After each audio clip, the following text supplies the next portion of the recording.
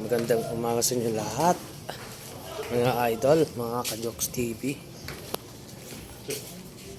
Back to work na naman tayo. Back to back champion tayo lagi sa ating area. Grabe, mga kasamaan ko, iniiwanan ako sa ere. Lagi akong solo sa aking area. Panay combo nila sa pagpasok ay pag-absent. Nauso yung combo dahil sa aming kasamaan din. Kaya puro combo na rin silang umabsent. Yung dikit ba? Rest din nila bukas, sabay dadagdagan pa ng isa. Minsan rest din nila bukas, absent pa ngayon. Grabe mga ginagawa nila. Kaya takbuhan ko ngayon, solid yung takbo ko ngayon. Umaabot ng 170 na parcel. Pero kahit marami, basic lang. Tayo naman sasahod ng malaki. Ayun o, ang nakita ko na idol ko kahapon, nakala niya kung sino. Tingin yung nasa harapan mo, no? Akala niya ikaw bumubisina, no? Bihis tuloy, ganyan, huminto.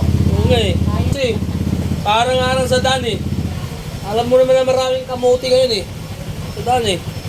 Yan, mga idol. Kaya shoutout sa mga partner ko dyan. Shoutout kay Ian, Nostan. Yan. Biglang sumakit. Nagkasakit. Saka kay ano din. Shoutout kay Jonathan Gano. Yan. Ay manulupit na ano ko. Ka-team ko. Nang iiwan sila sa ere. Kaya sabi nga nila na wala talagang tumatagal. Lahat pwede kang iwanan. Hugot. Yon, mga lods, samahan nyo ako. Pasok na tayo.